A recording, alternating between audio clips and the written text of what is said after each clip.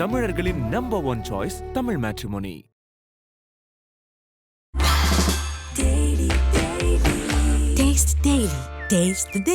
ஸ்ரீ கந்தவிலாஸ் விபூதி குங்குமம் மற்றும் ஸ்பெஷல் பஞ்சாமிர்தம் சிவப்பு சிறப்பு. பார்த்த உடனே நான் முதல் இந்த கேள்விதான் உங்ககிட்ட கேட்கணும் அப்படின்னு சொல்லி நான் நினைச்சேன். என்னன்னா, மூச்சு 300 முருகா அப்படின்னு சொல்லுவாங்க. அது எப்படிமா? முருகா முருகா, அவனை தவிர அவனை சொல்றதை விட வேற என்னமா வேலை? துதிப்பார்க்கு வல்வினை போம், துன்பம் போம், நெஞ்சில் பதிப்போர்க்கு செல்வம் பலித்து கதித்தோங்கும் நிச்சயம். அந்த பழனி கோவில்ல நீங்க முதல்ல முருகனை பாடும்போது உங்களுடைய மன உணர்வு இருக்கும் இல்லையம்மா, அது எப்படி இருந்தது? அதாவதுமா, இந்த வயசுல பக்தியா இருக்கிறது ஒன்றும் பெரிய விஷயம் இல்லை. 7 வயசுல இருந்து அவனை பத்தி பாடும்போது ஒரே அழுக. காவடி ஆடி வந்தால் கந்தா என் மனம் முருகி கண்ணீர் வடிந்தோடுதே, முருகாவும் காவடி ஆடி வந்தால். நீ சொல்லும்போது எனக்கு கண்ணீர். பகவானை பத்தி பாடும்போதும் பேசும்போதும் ஆனந்த கண்ணீர் தானேம்மா வரும். அம்மா கேபிஸ் சொல்றா, ஏம்மா நான் தான் வந்துட்டேன், பாடு, நம்ம 2 பேருமே பாடுவோமே அப்படின்னு 2 பேருமே பாடினோம். திருத்தணியில் உதித்தருளும் ஒரு தன் மலை விருத்தன் எனது உலத்தில் உரை கருத்தன்மையில் நடத்து புகன் வேலை, நடத்து புகன் வேலை. பாலமுருகனை வந்து நிறைய பேர் வணங்கணும் அப்படின்னு சொல்றாங்க. அது காரணம் என்னம்மா? பாலமுருகனை வணங்குற போது என்னன்னா, அவனுக்கு எல்லாரும் ஒண்ணுதான், எல்லாரையும் பார்த்து ஒரே மகிழ்ச்சி. குழந்தையானா எல்லாரையும் பார்த்தா மகிழ்ச்சியா இருக்கணும். அந்த மகிழ்ச்சியில எல்லாத்தையும் யார் கேட்டாலும் எதை கேட்டாலும் கொடுத்துருவோம். கூப்பிட்ட குரலுக்கு யார் வந்தது, குழந்தையின் வடிவிலே யார் வந்தது அப்படின்னு உடனே கூப்பிட்டா உடனே வந்துடுவோம். கோங்குராண்டுக்கால நம்ம டைரக்டர், அவங்க ஒரு படம் எடுத்து ரொம்ப கொஞ்சம் சரியா ஓடலைன்னு சொல்லி நம்ம என்ன பார்க்கறதுக்கு வந்தாங்க. வந்துட்டு நான் இனிமே ரொம்ப மன இதுவா இருக்கு, அதனால நான் இந்த சினிமா எப்படின்னு தெரியல, இந்த மாதிரி ஒன்று ஆயிடுச்சுன்னா, அட பைத்தியம், முருகன் இருக்கான், அவனை வேண்டிட்டா நீ இன்னும் நிறைய எடுக்கதான் போற, வெற்றியை காணத்தான் போற அப்படின்னு சுதா கோங்குரா. இப்போ கண்டிப்பாக ஒரு டிப்ஸ் சொல்லியிருப்பீங்களே அம்மா, முருகனை இப்படி வணங்குங்க அப்படின்னு. என்ன டிப்ஸ் அவங்களுக்கு சொன்னீங்க, அதை இங்கே சொல்ல முடியும்? அவங்க அவளுக்கு பணம் பதவி தேவையில்லை, பொன்பொருளும் நாடவில்லை முருகா, பொன்பொருளும் நாடவில்லை முருகா, உணர்வு போதுமே, உயிர் வாழுகின்ற காலமெல்லாம் மாளிகையில் நாட்டமில்லை, குமராவும் நிழல் போதுமே. ஐபிசி பக்தி நேயர்களுக்கு இனிமையான இந்நேரத்து வணக்கங்கள். மூதுரையில சொல்லுவாங்க, நல்லாரை காண்பது உன் நன்றே, நல்லார் சொல் கேட்பதும் நன்றே, நல்லாரோடு இணங்கி இருப்பதும் நன்றே அப்படின்னு சொல்லி ஔவையாரினுடைய மூதுரையில சொல்லுவாங்க. இந்த ஔவையாருக்கும் இப்போ நம்ம பார்க்க போகிற இந்த கெஸ்ட்டுக்கும் ரொம்பவே சம்மந்தம் இருக்குது. அது மட்டும் இல்லை, சொல்லப்போனால் பல விஷயங்கள், வாழ்க்கையின் பல விஷயங்களையும், அதுவும் ஆன்மீக ரீதியில் அவங்க கடந்து வந்த பல விஷயங்களையும் எங்ககிட்ட சொல்ல இருக்கிறாங்க. கம்பீர குரலுக்கு சொந்தக்காரர் கோவை கமலா அம்மா அவர்களை வந்து இந்த நிகழ்ச்சிக்கு நாங்கள் வரவேற்கிறோம். வணக்கம்மா. வணக்கம்மா. வணக்கம். ரொம்பவே சந்தோஷம் பார்க்கும்போதும். அது எப்படிம்மா, ஃபர்ஸ்ட்டு பார்த்த உடனே நான் முதல் இந்த கேள்விதான் உங்ககிட்ட கேட்கணும் அப்படின்னு சொல்லி நான் நினைச்சேன். என்னன்னா, மூச்சுக்கு 300 முருகா அப்படின்னு சொல்லுவாங்க. அது எப்படிம்மா? முருகா முருகா, அவனை தவிர அவனை சொல்றதை விட வேற என்னமா வேலை? அவன் அருளால் அவன் தாள வணங்கிட்டே இருக்கணும் மொழிய, வேறு எல்லாம் அனித்தியமம்மா. அவனை வணங்கிட்டா அப்புறம் முருகா முருகா முருகா, இது பேரே ஐபிசி பக்தி. அப்புறம் நான் என்னத்தை சொல்றது ஏம்மா, அதுக்கு பேரே பக்தி. பக்தி விட்டா வேற ஒன்றும் இந்த உலகத்தில் வேறு ஒன்றுமே இது இல்லைம்மா. எங்கு சென்றாலும் பக்திக்கு தான் போயானோம், வேற வழி என்ன? எதை செய்தாலும் ஆண்டவா நீதான், முருகா நீதான், இல்லையாம்மா? அதனால இந்த பக்திக்கு சிறந்தது இந்த உலகத்தில் லோகத்தில் எதுவும் இல்லைம்மா. நிச்சயமாமா. இப்போ நம்ம வந்து சின்ன வயசுலேருந்தே ஒவ்வொருத்தருக்கும் ஒவ்வொரு ட்ரீம் இருக்கும், ஒவ்வொரு ஆசை இருக்கும், அப்படி நிறைய விஷயங்கள் இருக்கும். உங்களுக்கு சின்ன வயசுல என்ன மாதிரியான ஒரு ஆர்வமும் ஆசையும் இருந்துச்சுமா? எனக்கு 7 வயசுலேருந்து நான் பாடணும்னு ஆசை. அதே மாதிரி தான் 7 வயசுலேருந்தே பாடிக்கிட்டு இருக்கேன். நான் பாடலை, நானா? எனது உனது என்பதெல்லாம் விண் தர்க்கம் அம்மா, நீயாவது நானாவது நான் ஆசைப்பட்டா மாத்திரம் 7 வயசுலேருந்து பாடணும் செய்யணும்னு நான் நினச்சா முடியாதம்மா. எல்லாம் பகவான் என் அப்பா முருகன் அன்னிலேருந்தே அவனை பாடுன்னு சொல்லி அந்த பாக்கியத்தை எனக்கு கொடுத்தான். அதனால் பாடணும் பாடணும்னு அவன் அருளால் அவன் தாளை எப்போதும் வணங்கிட்டே இருக்கணும். பாடணுங்கிற ஒரே ஆசை தான். படிப்பில் நாட்டம் இல்லை, படிக்கலை. படிப்பு ஸ்கூலுக்கு போனால் டீச்சர்லாம் என்ன சொல்லுவாங்க, இன்னைக்கு பாரதியார் பாட்டு போட்டி, கமலா நீ ரெடியா? அடாடா, அந்த வாத்தியார்கள்லாம் நமக்கு கொடுத்த ஊக்கம் இருக்கே, அதுதான் நம்மளை பாட வைக்கிறதே ஒழிய நான் பாடுறேன்னு நான் பண்ணுறதுன்னு ஒன்றும் பண்ண முடியாதும்மா. நிச்சயமா. இந்த 7 வயசுல முதலா நீங்க மேடை ஏறின அந்த தருணம் பத்தி எங்களுடைய நேர்களுக்கு சொல்லுங்கம்மா. அப்போவே பாடி, குன்றேறி விளையாடும் குமரேசனே உன்னை மன்றாடி அழைக்கின்றான் மயில் மீது வா. குன்றேறி விளையாடும் குமரேசனே குமரேசனே. இப்படியே முருகனை பற்றி பாடித்தான் ஆரம்பிச்சிருக்கேம்மா. அந்த 7 வயதுல நீங்க பழனி கோவில்ல வந்து பாடுனதா சொல்லியிருக்கீங்க. நிறைய நேர்காணல் நானும் பார்த்திருக்கேன், மண்டையில ஏத்தி வச்சிருக்கேன் பார்த்து. அந்த பழனி கோவில்ல நீங்க முதல்ல முருகனை பாடும்போது உங்களுடைய மன உணர்வு இருக்கும் இல்லையம்மா, அது எப்படி இருந்தது? அதுக்கப்புறம் உங்களுடைய வாழ்க்கையில ஒரு பெரிய சம்பவம் நடந்திருக்கு, அந்த சம்பவம் பத்தியே சொல்லுங்க. அதாவதுமா, இந்த வயசுல பக்தியா இருக்கிறது ஒன்றும் பெரிய விஷயம் இல்லை. 7 வயசுலேருந்து அவனை பற்றி பாடும்போது ஒரே அழுக. காவடி ஆடி வந்தால் கந்தா என் மனம் முருகி கண்ணீர் வடிந்தோடுதே. முருகாவும் காவடி ஆடி வந்தால் கந்தா என் மனம் முருகி கண்ணீர் வழிந்தோடுதே. முருகா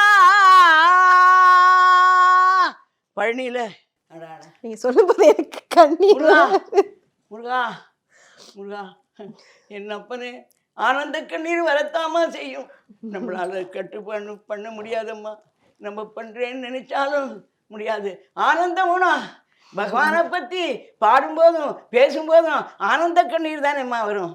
எல்லாத்துக்கும் அவன் தானேம்மா காரணம். கண்டிப்பா கண்டிப்பா இல்லையாம்மா? 7 வயசுலேருந்து அப்படியே படிப்படியாக நான் வந்து அப்படியே தம்புராவை தூக்கிண்டு தொந்தி மணல்ல நடந்து அப்படியே போய் பாடி என்ன ஒரு ஆனந்தம். என்ன அந்த தொந்தி மணல் தான் தெரியுமா, தூக்கி நடக்கிறது தான் தெரியுமா.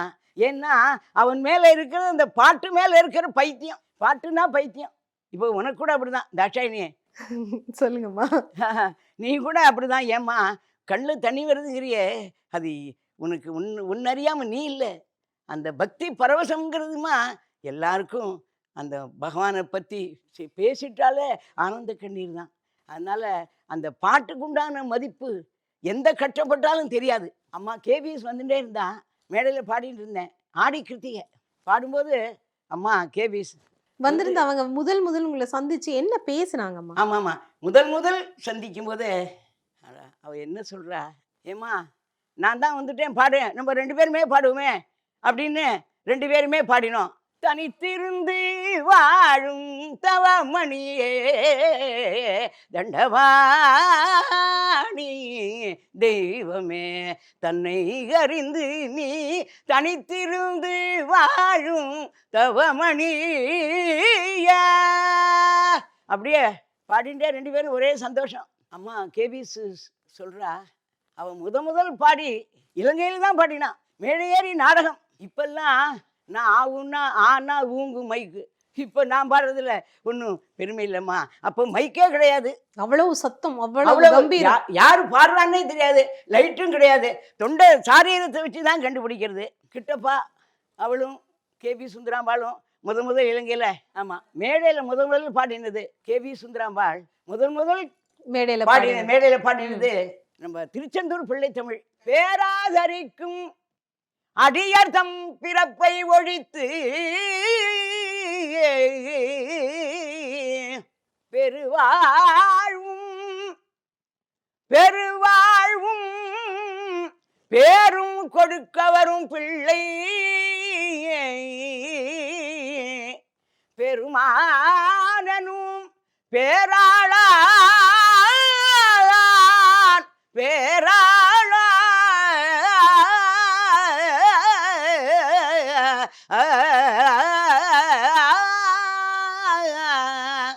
சீராதர் சேரா நிருதர் குலகழகா சேவர் கொடியாய் விளங்கும் திருச்செந்தூர் தேவா, திருச்செந்தூர் திருச்செந்தூர் தேவா, திருச்செந்தூர் தேவா, தேவா தேவா. முருகா, திருச்செந்தூர் பிள்ளைத்தமிழ் அழகு அழகு அழகு. முதல் அவ மேடையேறி பாடினது திருச்செந்தூர் பிள்ளைத்தமிழ் தான். இந்த முருகன் வந்து 6வது பருவம்னு சொல்லுவா, வாரணை பருவம்னு. அந்த பருவத்துக்கு பேர் வாரணை பருவம். பாலமுருகனை பாடி அந்த திருச்செந்தூர் பிள்ளைத்தமிழை பாடி மேடையில் முத ஆரம்பிச்சா. சாமானியமே இல்லை. பாலபருவம் முருகனை. இந்த முருகனை நம்ம வணங்கும் போதும் இந்த பால முருகனை வந்து நிறைய பேர் வணங்கணும் அப்படின்னு சொல்றாங்க. அது காரணம் என்னம்மா? பாலமுருகனை வணங்குற போது என்னன்னா, அவனுக்கு எல்லாரும் ஒண்ணுதான், எல்லாரையும் பார்த்து ஒரே மகிழ்ச்சி. குழந்தையானா எல்லாரையும் பார்த்தா மகிழ்ச்சியா இருக்கணும். அந்த மகிழ்ச்சியில எல்லாத்தையும் யார் கேட்டாலும் எதை கேட்டாலும் கொடுத்துருவோம். ஏன்னா அந்த மகிழ்ச்சியான பருவம் 6ஆம் பருவம், வாரணை பருவம். அந்த குழந்தை பாலமுருகனுடைய பருவம். அதனால யார் பார்த்தாலும் எல்லார்ட்டையும் போயிடும். என்ன குழந்தையணும் எல்லாத்தையுமே சந்தோஷமா யார் எதை கேட்டாலும் கொடுக்க வல்லவன் பாலமுருகன். அதனால பாலமுருகன்னு அவரை வேண்டினா எப்போதும் எல்லாமே கிடைக்குமா. நிச்சயமாமா. இப்போ கேபிஎஸ் அம்மாவனுடைய வாரிசு, உங்களுடைய பாட்டி அப்படின்னு சொல்லி, ஆனா நீங்க சொல்றீங்க அவர் முதலா நான் ஒரு கச்சேரியில தான் பார்த்தேன் அப்படின்னு. அதுக்கப்புறம் அவங்க உங்களை வந்து ஒரு பேத்தியாவே வரிச்சு கொண்டாங்கல்ல, அந்த சம்பவம் பத்தி சொல்லுங்க. என்ன பேத்தி தான். என்ன கிட்டப்பா இருக்காரனோ, கிட்டப்பாவோட சேர்ந்து வந்துதான் அன்னிலேருந்து மேடையில பாடி கோடையில இளப்பாட்டி குளிர் தருவே கிட்டப்பா. கேபிஎஸ் சொல்லுவா எப்போதும், அந்த கிட்டப்பா பாட்ட பாட உன் மூலியமா நான் கிட்டப்பாவை பார்க்குறேன், உன் மூலியமா நான் கிட்டப்பாவை பார்க்கணும் அப்படின்னு. எவர சேருரா நீ நவரானே நீ சேரிரா. இந்த பாட்டை பாடினே ஒரு கிட்டப்பா. அந்த பாட்டை உன் மூலியமா கேட்குறேன் அப்படின்னு. ஏன்னா கிட்டப்பா வழியில் எங்களுக்கு சொந்தம். எனக்கு சின்ன தாத்தா தான் கிட்டப்பா. அதனால சுந்தராம்பாளோட அவ்வளோ ஒரு நாங்கள் எல்லாம் ஒரே நெருக்கமான சொந்தம் அம்மா, பந்தம். அந்த பந்தம் இருக்கிறதுனால தான் அந்த மாதிரி தானே ஒழிய அவ்வளோ மாதிரி ஒரு வார்த்தை கூட நம்மளால சொல்ல முடியாதம்மா. ஒரு வார்த்தையை கூட, ஒரு பாட்டை கூட அவ்வளோ மாதிரி நம்மளால் பாட முடியாதம்மா. அதனால அவளுடைய ஆசீர்வாதத்தில், அவளுடைய ஒரு கருணையினால ஏதோ இப்படி. அப்போ அவள் பாடினான்னா மைக்கே இல்லாத நேரம் இல்லையாம்மா. மைக்கு இல்லாத போதுன்னா இப்போவா வரணும் மைக்கு தெரியும் உங்களுக்கு. அதனால அப்போ அடாடா எங்கேருந்தோ எங்க எப்படியோ இல்லை என்பார் யாரையா என் அப்பனை போய் தில்லையில பாறையா, இல்லை என்பார் யாரையா. அடாடா ஒரு பாட்டும் அவ பாடுற போது அரிக்கல் லைட்டை வச்சு தான் பார்க்கணும் யார் பாடுறான்னு. குரலை வச்சு தான் யாருன்னு கண்டுபிடிக்க முடியும். அந்த காலம் அப்பேற்பட்ட காலத்துல பாடி பேர் வந்ததுன்னா பெரிய விஷயம். நிச்சயமா நிச்சயமா. இன்ன வரைக்குமே அவங்களுடைய பாடல், அந்த கம்பீரமான அந்த குரல், அந்த சாரீரத்தோட அந்த ஒரு வால்யூம், அந்த மாதிரி சத்தம், அதுக்கு எனக்கு தெரிஞ்ச அடுத்து நீங்க தான் பாடிட்டு இருக்கிறீங்க. அதை கேட்குற அந்த பாக்கியம் வந்து இந்த பிரபஞ்சத்துக்கு கண்டினியூஸா கொடுத்துட்டு இருக்காங்க. உங்களுடைய பொண்ணு வந்து பாடுவாங்களாமா? அவங்களும் பாடுவாங்க. பாட்டுல ரொம்ப ஞானம் உண்டு. நமக்கு ரொம்ப ஒத்தாசையா எல்லாமே பண்ணுவா, பாடுவா. என்ன அந்த வழி வருமானம். ஆமா, டிஎன்ஏ வருமே. ஆமா, அதேதான் டெஸ்ட்டுங்கிறாங்களே, அது மாதிரி வரும். அதனால ரொம்ப நம்ம சுதா கோங்குரான் இருக்காளே, ஆமா, நம்ம டைரக்டர், அவங்க ஒரு படம் எடுத்து ரொம்ப கொஞ்சம் சரியா ஓடலைன்னு சொல்லி நம்ம என்னை பார்க்கறதுக்கு வந்தாங்க. வந்துட்டு நான் இனிமே ரொம்ப இதுவாக இருக்கு, அதனால நான் இந்த சினிமா எப்படின்னு தெரியல, இந்த மாதிரி ஒன்று ஆயிடுச்சுன்னா அட பைத்தியம், முருகன் இருக்கான், அவனை வேண்டிட்டா நீ இன்னும் நிறையா எடுக்கதான் போற, வெற்றியை காணத்தான் போற அப்படின்னு சுதா கோங்குரா. நான் சொன்னதை கேட்டு அவள் சரிம்மா நீங்கள் சொன்னீங்களே முருகன் சொல்கிறான், நான் கேட்டுட்டேன், அதனால் நான் கண்டிப்பாக பண்ணுறேன்னா. இன்ன வரைக்கும் ஓகோன் பண்ணி ஒரு பெண்ணாக இருந்து இயக்குனராக இருந்து அந்த முருகனோட செயல் தான். நான் சொன்னேன்னு அவள் அதை உடனே அதை விடாமல் மறுபடியும் ஆரம்பித்து இன்னைக்கு வெற்றி கொடி நாட்டின்னு இருக்கா. பெரிய விஷயம். ஒரு பொம்மநாட்டி அப்படி இருக்கிறதுங்கிறது நம்ம வணங்க வேண்டிய இப்ப ஒன்று. கண்டிப்பா ஒரு டிப்ஸ் சொல்லியிருப்பீங்களேம்மா, முருகனை இப்படி வணங்குங்க அப்படின்னு. ஆமா. என்ன டிப்ஸ் அவங்களுக்கு சொன்னீங்க? அதை இங்க சொல்ல முடியுமா? அவளுக்கு பாட்டுன்னா பைத்தியம். அவளுக்கும் பாட்டு படிக்க தான் என்ன பார்க்கணுன்னு உங்கள்கிட்ட பாட்டு படிச்சுட்டு உங்கள்கிட்ட ஆசீர்வாதம் வாங்கணுன்னு தான் வந்தேன்னா. அதுக்கு என்னம்மா முருகன் இருக்கார், நானாவது நீயாவது. முருகன் கண்டிப்பாக நல்லதாம்மா பண்ணுவார் அப்படின்னு பாட்டு படிக்கணும்னு வந்தா. பாட்டு மேலே இருக்கிற பைத்தியம் தானே வெளிய வேறு ஒன்றும் சொல்ல முடியாது. அவளுக்கு முருக பக்தி ரொம்ப. அதனால் அம்மாவை தான் பார்க்கணும், அம்மாட்ட நான் சொல்லி தான் இதை நான் கேட்கணும் அப்படின்னா, ஐயோ ரொம்ப சந்தோஷமா, என்னப்போ முருகன் இருக்கிற வரைக்கும் ஒரு குறையும் இல்லை அப்படின்னு அது சொன்னேன். அதே மாதிரி பண்ணா. இப்படி தான் பண்ணணும் அப்படி தான் பண்ணணுங்கிறதுலாம் கிடையாதும்மா. எப்படி பண்ணாலும் முருகன் வருவான். இத்தனை நாள் பண்ணு அத்தனை நாள் பண்ணு அதெல்லாம் அவன் யாரு எதுக்கு? அவன் தான் கூப்பிட்டா தொழுது வழிபடியார் காவற்கார பெருமாள் என்ன. முருகன் என்ன சொல்கிறான்? திருப்பூரில் அருணகிரியார் பாடியிருக்கார். நீ தான் என்ன கூப்பிடல, நான் வாசல்லே இருக்கேன், இதோ இங்கே தான் இருக்கேன், தொழுது வழிபட முடியாது காவற்காரன் உனக்காக நிற்கிறேன் ஒழிய நீ என்னை எப்படி கூப்பிட்டாலும் ஓடி வந்துடுவேன் இல்லையம்மா. கூப்பிட்ட குரலுக்கு யார் வந்தது, குழந்தையின் வடிவிலே யார் வந்தது அப்படின்னு உடனே கூப்பிட்டா உடனே வந்துடுவோம். நிச்சயமாமா. இப்போ நீங்க ஆறுபடை வீடு நம்ம எடுத்துக்கிட்டோம்னா, முருகன் அப்படின்னு சொன்னாலே ஆறுபடை வீட்டையும் முருகனையும் பிரிக்க முடியாது அப்படின்னு சொல்லுவாங்க. இப்போ ஆறுபடை வீட்டுல கண்டிப்பா இந்த ஆறுபடை வீடுகளுக்கும் நீங்க போயிருப்பீங்க, பாடல்கள் பாடியிருப்பீங்க, நிகழ்ச்சிகள் பண்ணியிருப்பீங்க. அந்த மாதிரியான அனுபவம் உங்களுடைய மனசுக்கு இந்த எந்த படை வீட்டுல என்ன மாதிரியான அனுபவம் உங்களுக்கு ஏற்பட்டது, அதை பத்தி சொல்ல முடியுங்களா? எப்படின்னாமா, பழனியில் நம்ம திருத்தணி திருச்செந்தூரில் மாசி திருநாள் ஆவணி திருநாள் நடக்கும். நிகழ்ச்சிக்காக போகிற வழக்கம். அதை விட பாக்கியம் வேறு ஒன்றும் இல்லை. எல்லா ஊரையும் கண்ணு எப்படி சொல்கிறதுன்னு தெரில. ஆறுபடை வீட்டுக்கும் எல்லா முருகன் கோவிலுக்குமே காசையும் கொடுத்து நீ பாடு. யாருக்கம்மா முருகா முருகா முருகா காசையும் கொடுத்து நீ வா பாடு, நீ நிகழ் அப்படி சந்நிதியில் பாடுன்னு சொல்கிற போது இதை விட வேறு என்ன பாக்கியம்மா வேணும், என்ன பாக்கியம் வேணும்? அவனே கூப்பிட்றான், அவனே கூப்பிட்டு சந்நிதியில் பாடு அப்படின்னு சொல்கிற போது ரொம்ப பெரிய பெரிய ஒரு பாக்கியத்தை பண்ணியிருக்கேம்மா. முருகனை பாடவும், பாட்டு இசை ஞானம் சாமானியம் இல்லைம்மா. கண்டிப்பா.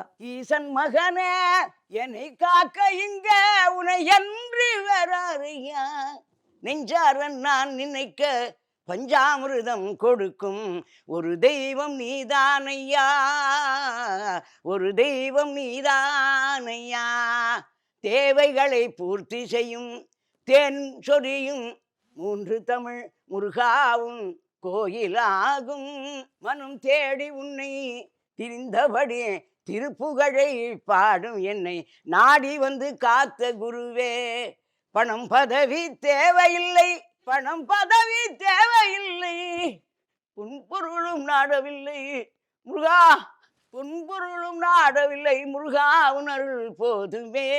உயிர் வாழுகின்ற காலமெல்லாம் மாளிகையில் நாட்டம் இல்லை, குமராவும் நிழல் போதுமே.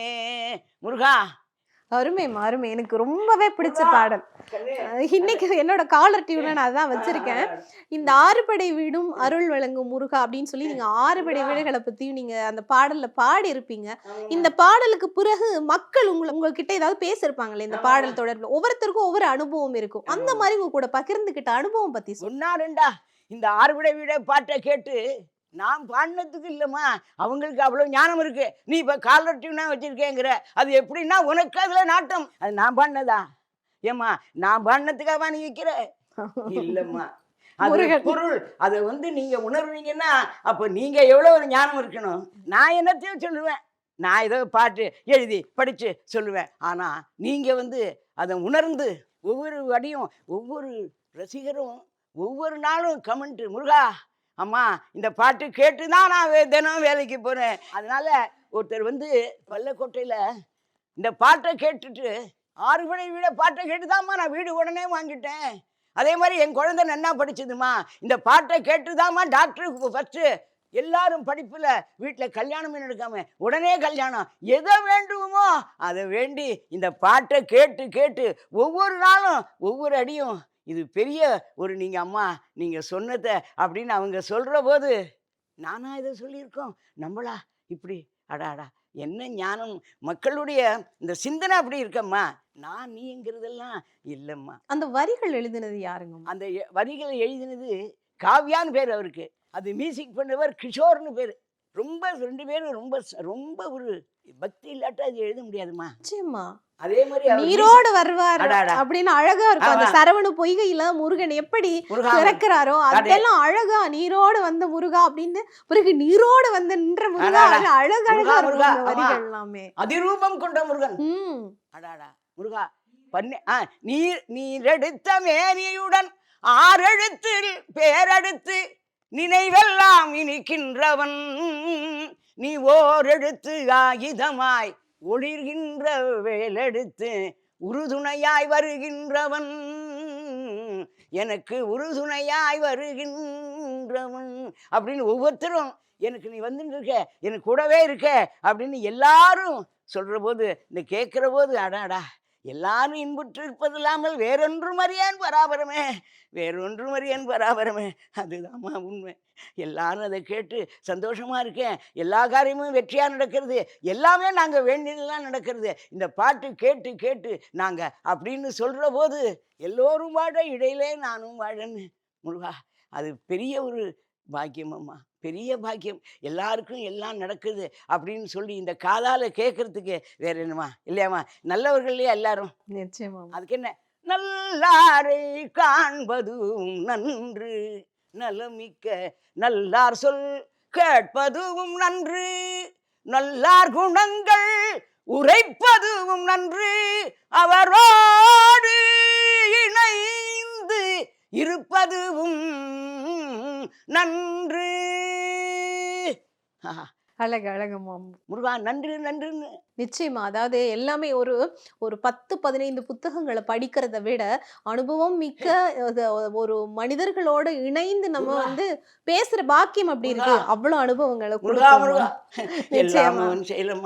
நிச்சயமாமா. இப்போ எனக்கு இன்னொரு கேள்வியும் இருக்கு. எப்படின்னா, மேடைகள்ல நம்ம கோவில் மேடைகள்ல அதுக்கான இடங்கள்ல நம்ம பாடுவோம், அதுக்கான ஒரு அனுபவங்கள் கிடைக்கும், நிறைய ரசிகர்கள் இருப்பாங்க, நிறைய பேர் வந்து பேசுவாங்க. ஆனா இந்த ஆலயத்தோட மூலஸ்தானத்துக்கு முன்னாடி நின்ற பாடுற ஒரு அனுபவம் இருக்கு இல்லையா, அந்த அனுபவம் பத்தி சொல்லுங்கம்மா. அது பேரானந்தமா இருக்கும். எல்லா முருகன் கோயில் சன்னிதியில, அதாவது போனதுமே கச்சேரியில பாடுறோம், அது வேற. அங்க நின்னதுமே அம்மா ஒரு அடாடா அந்த பாக்கியத்தை இல்லையா. முதல் நீங்க அப்படி ஒரு எந்த சன்னதிக்கு முன்னால நின்று என்ன பாட்டு பாடினீங்க? ஆமாம்மா, நான் வந்துமா கோயம்புத்தூர்ல கோணியம்மன் கோயில்னு அம்மன் சந்நிதி, அதுல நின்று முத பாடியிருக்கேன்.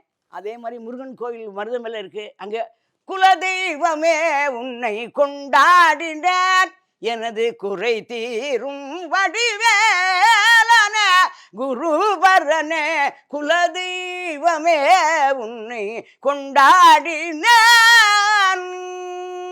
அழகான தென்பழனி. பழனி முருகா. இப்ப நிறைய பேர் வந்துட்டு முருகனை கனவுல காணணும் அப்படின்னு ஆசைப்படுவாங்க. ஆனா நீங்க நிறைய இடத்துல முருகனோட பேசி இருக்கேன்னு சொல்றீங்க, அதை பத்தி சொல்லுங்கம்மா. முருகன் கூப்பிட்டா என்ன வேணும் உனக்கு, உனக்கு என்ன வேணும் முருகா, முருகா நான் அதை வந்துட்டேன், உன் பாட்டை கேட்கணும், நீ பாட, அவர் வந்தாலும் என்ன பாடுன்னு அடாடா பாடுமணியே பணியாயிரணும்னு என் அப்பா முருகன், அவன் எப்போ எங்கே வந்தாலும் நான் அவனை அப்பா உன்னை எப்பவும் பார்த்துட்டே உன்னை பற்றி நான் பாடிகிட்டே இருக்கணும், அதை தவிர வேறு என்ன வேணும்னு. ஏம்மா நேராக அவனே வந்துடும் போது நம்ம என்ன கேட்க முடியும், என்ன கேட்க தோணும், அவனை பார்த்துட்டோமே அந்த அன்பு கண்ணா, எங்கே போனாலும் அவன் கூடவே வந்துடுவோம்மா. அது வந்து எப்படின்னு சொல்ல முடியாதம்மா. எப்போ எதுக்கு நீ கூப்பிட முருகா, இதோ வந்துட்டேன் அடாடா. நிச்சயமா அந்த வேல்மாறல்ல கூட ஒரு வரிகள் வரும், எனக்கு இடது புறத்தும் வலது புறத்தும் முன்னாலும் பின்னாலும் எப்பவுமே முருகனுடைய வேல் வந்து காவல் காக்கும் அப்படின்னு சொல்லி, இந்த முருகன் அப்படின்னு சொல்லி நம்ம சொல்லும் போதே இந்த கந்த சஷ்டி கவசம் இப்படி கந்த துர்கவசம் இப்படி எல்லாம் இருக்கும் போது இந்த வேல்மாறல் அப்படின்னு சொல்லப்படுகிற அந்த பாராயணத்துக்கு ரொம்பவே வந்து சக்தி இருக்கு. எப்படி அதை பத்தி சொல்லுங்க. அதாம்மா நம்ம கந்த சஷ்டி கவசம் மாதிரியே துதிப்பார்க்கு வல்வினை போம் துன்பம் போம் நெஞ்சில் பதிப்போர்க்கு செல்வம் பலித்து கதித்தோங்கும் நிஷ்டையும் கை கூடும் நீ மலர் அருள் கந்தர் சஷ்டி கவசம் தனை அமரரிடர் தீர அமரம் புரிந்த குமரனடி நெஞ்சே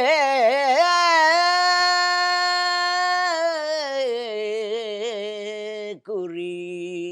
முருகா, அதே மாதிரி திருத்தணியில் உதித்தருளும் ஒருத்தன் மலை விருத்தன் எனது உளத்தில் உரை கருத்தன் மயில் நடத்து குகன் வேலை நடத்து குகன் வேலை நடத்து குகன் வேலை. முருகா, திருத்தணியில் உதித்தருளும் ஒருத்தன் மலை விருத்தன் எனது உளத்தில் உரை கருத்தன்மையில் நடத்து குகன் வேலை. முருகா, அவன் தானே நடத்தினா, நம்மளை நடத்துறது யாரும்மா? முருகா முருகா முருகா முருகா. சிலோனில் போயிருக்கும்போது தமிழ் அடாடா, அங்கே போய் உட்கார்ந்த உடனே நம்மளாம் என்ன கேட்போம்னா சாப்பிட்டீங்களான்னு. ஆனால் அவங்க பசியாக இருந்தீங்களாம்மா? எங்கே இருக்கம்மா இந்த தமிழ்? இந்த தமிழ்மா சாமானியம் இல்லைம்மா. இந்த தமிழுடைய பெருமை தானே ஒழிய, அதானே முருகன் தமிழ் கடவுள்.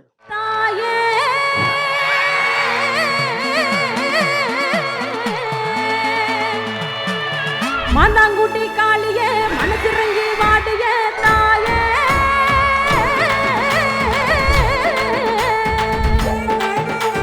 நெருப்பின் மேலாடிடும் அக்கினி காளியே நீயே. தமிழர்களின் number one choice Tamil matrimony.